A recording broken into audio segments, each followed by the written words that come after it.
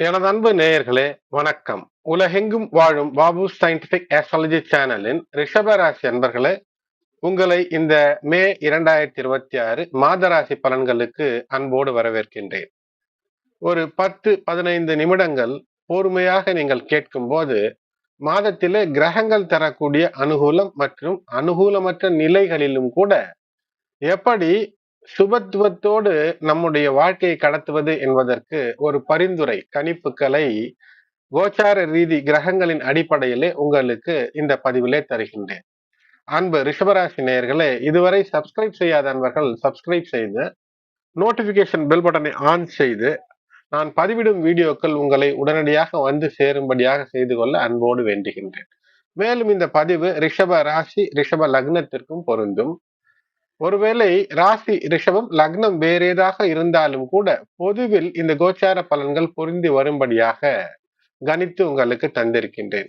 இந்த பதிவை மற்ற உங்களுடைய உற்றார் உறவினர் நண்பர்கள் ரிஷபராசி ரிஷப லக்னம் அல்லது ரிஷப ராசி வேற ஏது லக்னம் இருந்தாலும் கூட அவர்களுக்கும் ஷேர் செய்யுங்கள். பதிவை முழுவதுமாக கேட்டு பயனுள்ளதாக இருக்கிறது என்றால் லைக் செய்து உங்களுடைய கருத்துக்களை கமெண்ட்ஸிலே மேலான கருத்துக்களை கமெண்டிலே தெரிவியுங்கள். அன்பு நேயர்களே, ரிஷபராசி என்பர்களே, 11ஆம் இடத்திலே சனி பகவான் இருப்பது என்பதே சிறப்புத்தான்.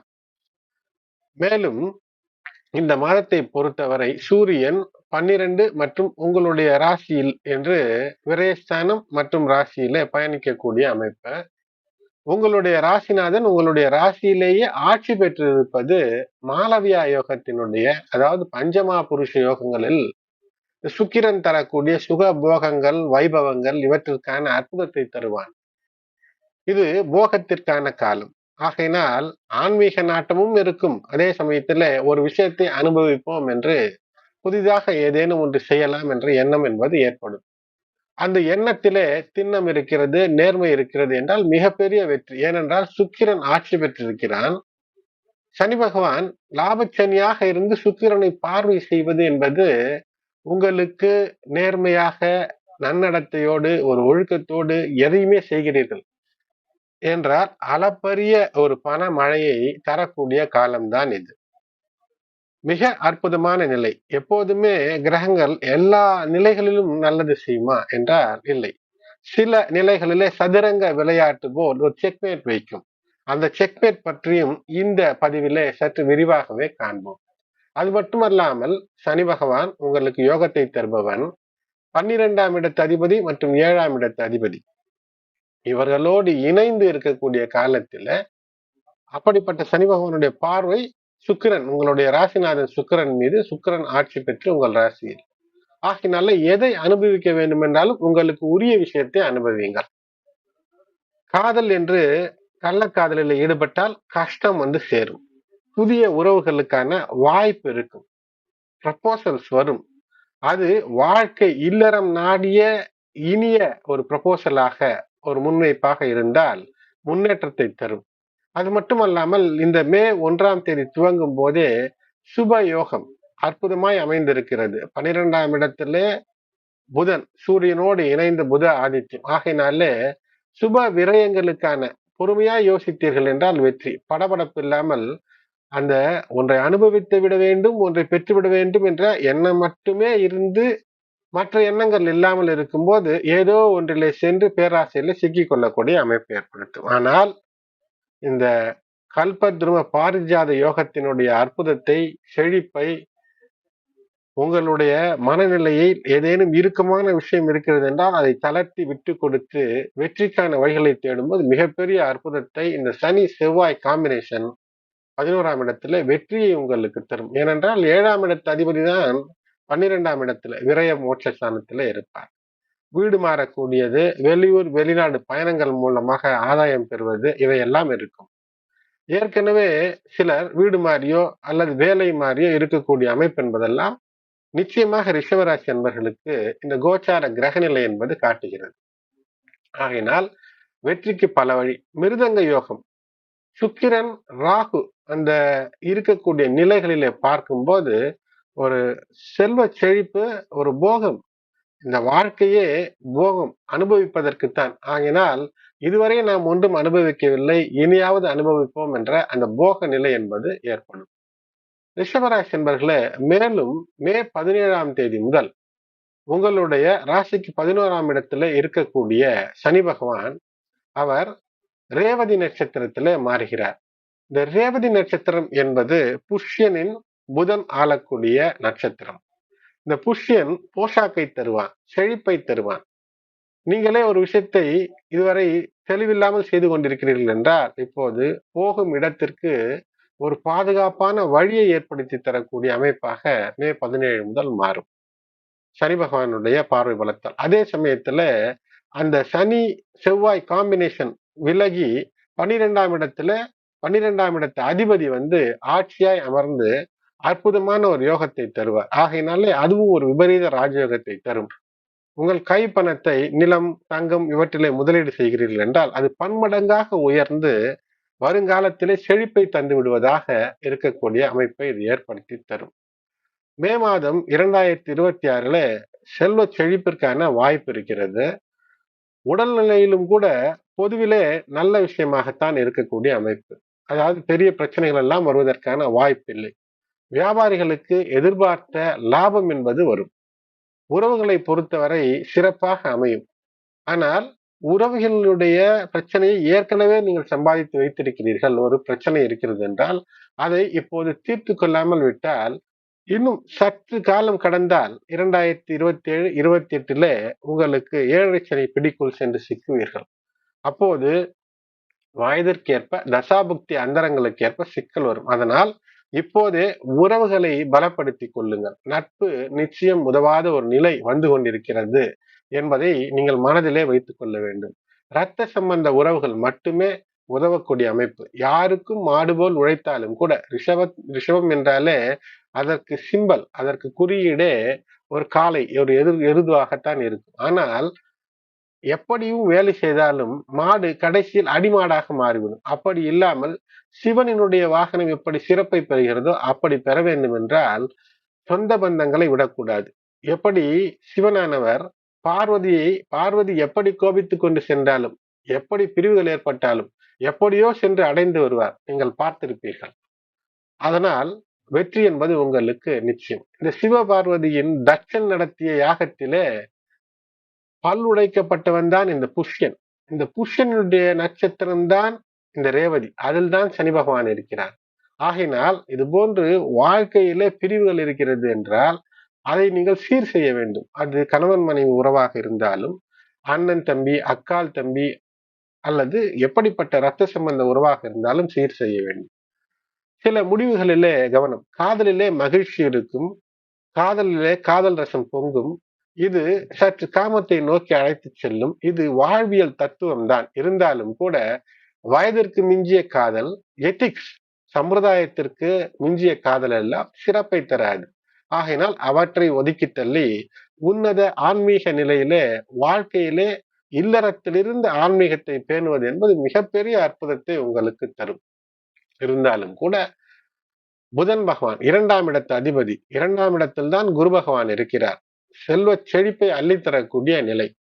அப்படி இருக்கக்கூடிய புதனினுடைய வீட்டில் இருக்கக்கூடிய குரு சிறப்பை தந்து கொண்டிருக்கக்கூடிய காலகட்டத்தில் புதன் அஷ்டங்கதமாவார். புதனானவர் ஏப்ரல் 27 முதல் மே மாதம் 23 வரை அஷ்டங்கத நிலை, கிட்டத்தட்ட 27 நாட்கள். ஆனால் மறைந்த புதன் நிறைந்த செல்வத்தை தான் தருவார் என்று இருக்கிறது. இருந்தாலும் கூட அந்த புதன் அஸ்தங்கதமாக கூடிய நிலை எங்கு என்று பார்க்கும்போது உங்களுடைய ராசிக்கு 12ஆம் நிலையிலே புதன் அஸ்தங்கதமாகிறார். அந்த புதன் 15 மே பின்புதான் அவர் உங்களுடைய ராசிக்கு மாற்றம் பெறுவார்.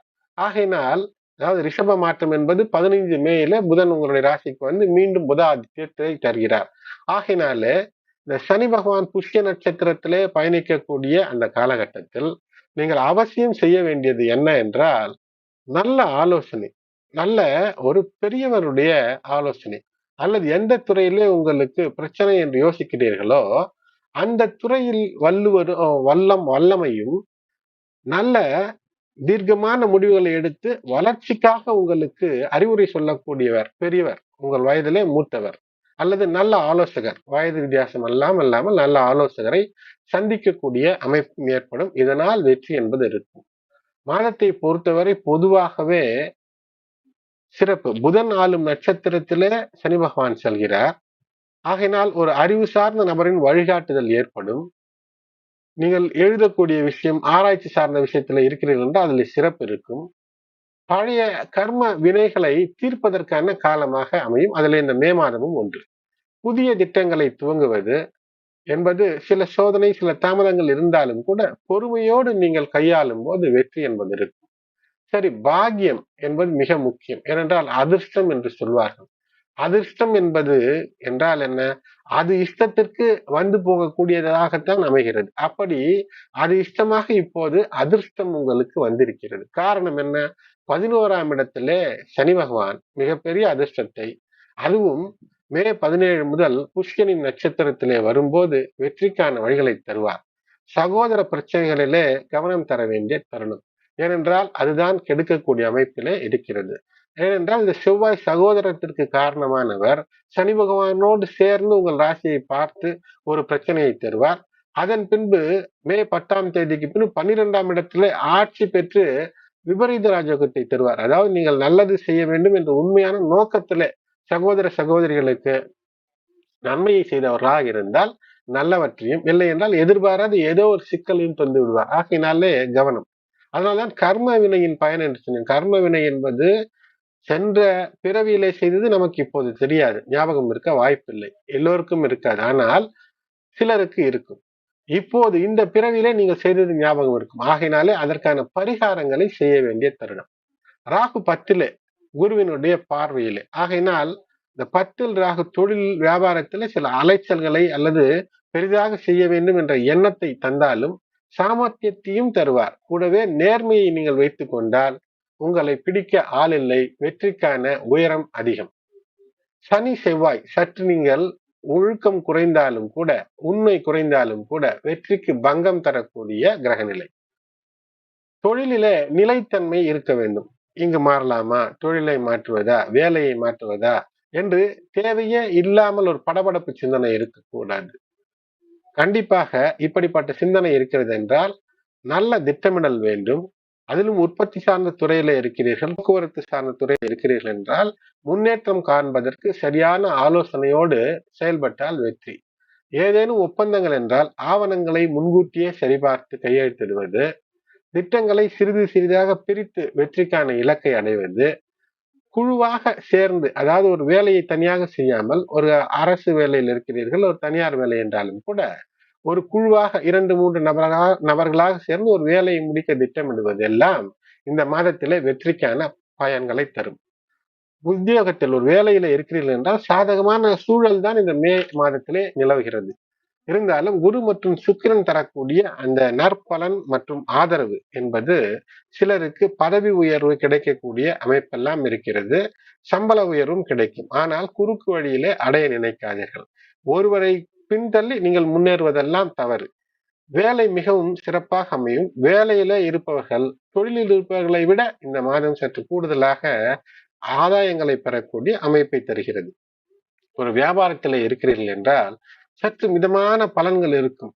புதிய முயற்சிகளை பொறுமையாக மேற்கொள்ளுங்கள். வியாபாரத்தில் மே 15ற்கு பின் மெதுமெதுவாக முன்னேற்றம் என்பது இருக்கும். இந்த முன்னேற்றத்தை அப்படியே பற்றி வெற்றிக்கான வழிகளை தேடுங்கள். ஒரு வருடத்திலே நல்ல முன்னேற்றம், கையிலே தனம் எப்போதும் இருக்கும்படியாக வைத்துக் கொள்ளுங்கள். மாணவர்களாக இருக்கிறீர்கள் என்றால் கல்வி நிலையை பற்றி பார்க்கும்போது 15ஆம் தேதி மே புதன் ராசிக்கு வரும் வரை சற்று கல்வியிலே ஒரு அதில் ஈடுபாடு, போக்கஸ் குறையும். மனம் தேவையற்ற நிலையற்ற விஷயங்களை ஈர்க்கும். ஒரு டிவி பார்ப்பது, செல்போனிலே ரீல்ஸ் பார்ப்பது என்று இருக்கும். இவற்றை தவிர்த்தால்தான் கல்வியிலே முன்னேற்றம் என்பது இருக்கும். உங்களுக்கும் பெற்றோர், பெரியோர், ஆசிரியர்களுடைய உதவி தேவை, சீனியர்ஸுடைய உதவி தேவை. ஆகினால் யாரையும் ஏளனம் செய்வது முற்றிலும் தவிர்க்க வேண்டும்.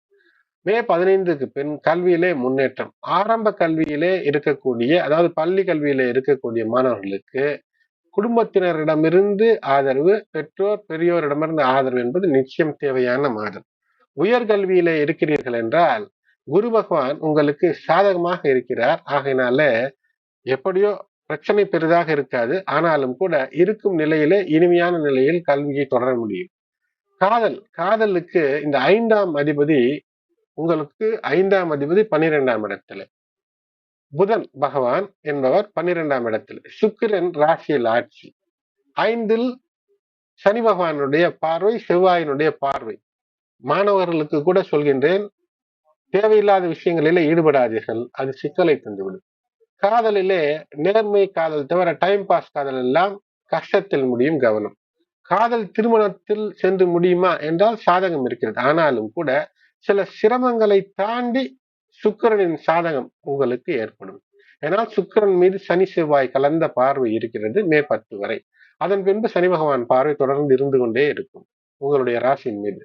நல்ல அறிவு சார்ந்த நட்பு அல்லது ஆலோசனை அல்லது உறவு, இவை மூலமாக ஆலோசனை பெற்று காதலிலே பிரச்சனைகளை தீர்த்து முன்னேற்றம் பெற்று திருமணத்தை நோக்கி அல்லது நிச்சயதார்த்தத்தை நோக்கி முன்னேறக்கூடிய அமைப்பு என்பது இருக்கிறது. எடுத்தோம் கவிழ்த்தோம், நாம் யாரை கேட்பது, நாம் செய்வதுதான் சரி என்ற மன பிரமைக்குள்ளே இருக்கிறீர்கள் என்றால் அந்த பிரமை உங்களுக்கு பிரம்மம் பிரபஞ்சம் தரும் நன்மையிலிருந்து விலக்கிவிடும், கவனம். மே 17ஆம் தேதி வரை நிதிநிலையிலே குறிப்பிடத்தக்க முன்னேற்றம் என்பது நிச்சயம் இருக்கும். அதன் பின்னும் 2ல் இருக்கக்கூடிய குரு அருளும் ஆசீர்வாதமும் ரிஷபத்திற்கு பணப்பற்றாக்குறை இல்லாமல் வைக்கும். திடீர் பணவரவு ஒன்று என்று நிச்சயம் இருக்கிறது. பழைய முதலீடுகள் ஏதேனும் இன்சூரன்ஸ் போன்ற விஷயங்கள் இருக்கிறது, அல்லது வங்கியிலே ஏதோ டெபாசிட் இருக்கிறது, அல்லது தாய் தந்தையர் அவர்கள் இறந்தது மூலமாக உங்களுக்கு வர வேண்டிய தனம் அது வருவது என்பதெல்லாம் இருக்கும். பண வரவுகள் நிலைத்தன்மையாக மாற்றிக்கொண்டு வரக்கூடிய விஷயத்திலே சொத்து வாங்குவது, நீண்டகால முதலீடுகளை செய்வது என்பதை மனதிலே வைத்து செய்யுங்கள். வியாபாரத்தை பெரிதாக்குகிறேன் என்றெல்லாம் சென்று இந்த சமயத்திலே யாருடைய ஆலோசனையுமின்றி சிக்கிக் கொள்ளக்கூடாது. எதிலும் பொறுமை தேவை. முக்கிய பணம் சார்ந்த முடிவுகளை ஒரு நம்பகமான ஆலோசனையின் பேரில் தான் செய்ய வேண்டும். அவசரமாக எந்த பணத்தையும் எங்கும் முதலீடு செய்வது நிச்சயம் தவறு. பணம் சம்பந்தமாக சந்தேகம் இருந்தால் உடனடியாக முடிவுகளை தவிர்த்து திட்டமிட்டு திட்டத்தை சீராக மாற்றி அமைத்து செயல்படுங்கள். திருமணத்தை நோக்கிய உறவுகள் இருக்கிறீர்கள் என்றால், அதாவது ரிஷபராசி என்பவர்கள் இருக்கிறீர்கள் என்றால், அதற்கு மனதுக்கு ஏற்ற ஒரு வாழ்க்கை அமையும். 7ஆம் அதிபதி 11ஆம் இடத்துல மற்றும் 12லும் வருவார், ஆட்சி பெறுவதும். இது விபரீத ராஜயோகத்தை தரும். பயணங்கள் உண்டு. அதனால் வாழ்க்கை துணையோடு சில பிக்னிக் சில ரிஷபராசி என்பவர்களுக்கு ஏற்படும். பழைய உறவுகளை தேவை என்றால் மீண்டும் புதுப்பிக்கக்கூடிய அமைப்பு ஏற்படும். தெளிவான உரையாடல், திருமணம் சார்ந்த முடிவு என்றால் தெளிவான உரையாடல் தேவை. உறவுகளிலே ஒரு மகிழ்ச்சி என்பது திடீரென்று ஏற்படும், ஒரு ஜாக்பாட் ஏற்படும், உறவுகளுக்குள் ஒரு ஜாக்பாட். குடும்ப உறுப்பினர்களிடையே சில வேறுபாடுகள் வந்து பேச்சிலே தீர்த்து கொண்டால் பிரச்சனை முடிந்து இல்லறத்திலே இனிமையும், இல்லை விட்டு கொடுக்க மாட்டேன், நான் வளைய மாட்டேன், நான் அப்படியே நிற்பேன் என்றால் கண்ணாடி போல, எப்படி கண்ணாடி விட்டு கொடுக்காமல் இருந்து கல் வந்து படும்போது சிதறி சுக்குநூறு ஆகுமோ அப்படி ஒரு நிலை, கவனம். வளைந்தால் நாணல் வளையும் போது வளைந்து கொண்டே இருக்கும், ஆனால் உடையாது, வீழாது, வளர்ந்து தழைத்தோங்கும், பல சந்ததியை உருவாக்கும். அதுபோல் வளைந்து கொடுத்து வெற்றியை பாருங்கள். தந்தையினுடைய உடல் நலத்திலே சிக்கல் என்பது இருக்கும். 70 வயதிற்கு மேல் தந்தை இருக்கிறார்கள் என்ற ரிஷபராசி என்பவர்களுக்கு அவருடைய உடல் நலம் சற்று மோசமடையக்கூடிய வாய்ப்பு இருக்கிறது. மாதத்திலே பொதுவாக ரிஷபராசி அன்பர்களுக்கு உடல் நலம் என்பது சிறப்பாகவே இருக்கும். ஒருவேளை உங்களுக்கு ஏதேனும் உடல்நல பிரச்சனை இருக்கிறது என்றால் சரியான நேரத்திலே மருந்து எடுத்துக்கொள்வது மிக மிக முக்கியம். எந்த ஒரு முக்கிய முடிவையும் உடல்நலம் சார்ந்த விஷயம் மே 2 மற்றும் மே 13 ஆகிய தேதிகளில் எடுக்கும் போது 1ற்கு 10 முறை யோசித்து ஆலோசனையோடு செயல்படுவது நல்லது. தேவையில்லாத சிக்கலிலே நீங்களே சென்று சிக்கியிருந்தீர்கள் என்றால் பணம் சார்ந்த விஷயத்தில் அதை யோசித்து ஒரு மன அழுத்தம் ஏற்படும். அதிலிருந்து வெளிவருவதற்கு உண்மையின்பால் இருந்து வெற்றிக்கான வழிகளை நாடுங்கள். பொதுவிலே உடல் நலத்திற்கு எதிர்ப்பு சக்திக்கு எந்த பிரச்சனையோ பங்கமோ இல்லை. ஆனால் சரியான உணவு, சரியான நடைப்பயிற்சி அல்லது உடற்பயிற்சி சிறப்பை ஏற்படுத்தும். வழிபாடு, சனிக்கிழமைகளிலே நெய் தீபம் ஏற்றி அனுமன் வழிபாடு செய்வது சிறப்பை ஏற்படுத்தும். தினமும் சூரியன் எழுவதற்கு முன்பு எழுந்து சூரியனுக்கு முடிந்தால் அர்க்கியம் செய்வது, இல்லை என்றால் சூரியனை பார்த்து ஒரு குட் மார்னிங், சூரிய நமஸ்காரம் என்பது ஒரு ப்ரொசீஜர். அப்படி இல்லை என்றாலும் கூட சூரியனை பார்த்து கையை தலைக்கு மேல் குவித்து உயர்த்தி வணங்குவது சிறப்பு. மிருகங்களுக்கு உணவளிப்பது, நீரளிப்பது, இது ஒரு பரிகாரம். மேலும் விரைவில் வரக்கூடிய 7 சனி காலத்துல நிம்மதியோடு வாழ்வதற்கு சகோதர சகோதரி சண்டைகளை இந்த மாதம் தவிர்ப்பது மிக முக்கியம். நீதியும் நேர்மையும் பரிகாரம். வெள்ளிக்கிழமை உங்கள் ஆட்சி பெற்ற ராசிநாதன் சுக்கிரனுக்கு ஒரு சர்க்கரை பொங்கல் வைத்து நெய் தீபம் ஏற்றி வழிபாடு செய்வது லட்சுமி தாயாருக்கான வழிபாடும் ஆகும். வெற்றி என்பது இருக்கும். மேலும் உங்களுடைய இஷ்டதெய்வ குலதெய்வ வழிபாடு பெரிய அளவிற்கு நன்மைகளை தரும். அன்பு நேயர்களே, ரிஷபராசி என்பர்களே, இந்த பதிவு பயனுள்ளதாக இருக்கிறது என்றால் லைக் செய்யுங்கள். உங்களுடைய மேலான கருத்துக்களை கமெண்டிலே தெரிவியுங்கள். இந்த பதிவை உற்றார் உறவினர் நண்பர்கள் ரிஷபராசி ரிஷப லக்னம் என்றாலும் அல்லது ராசி ரிஷபம் லக்னம் எதுவாக இருந்தாலும் அவர்களுக்கும் இந்த பதிவினை ஷேர் செய்யுங்கள். நன்றி.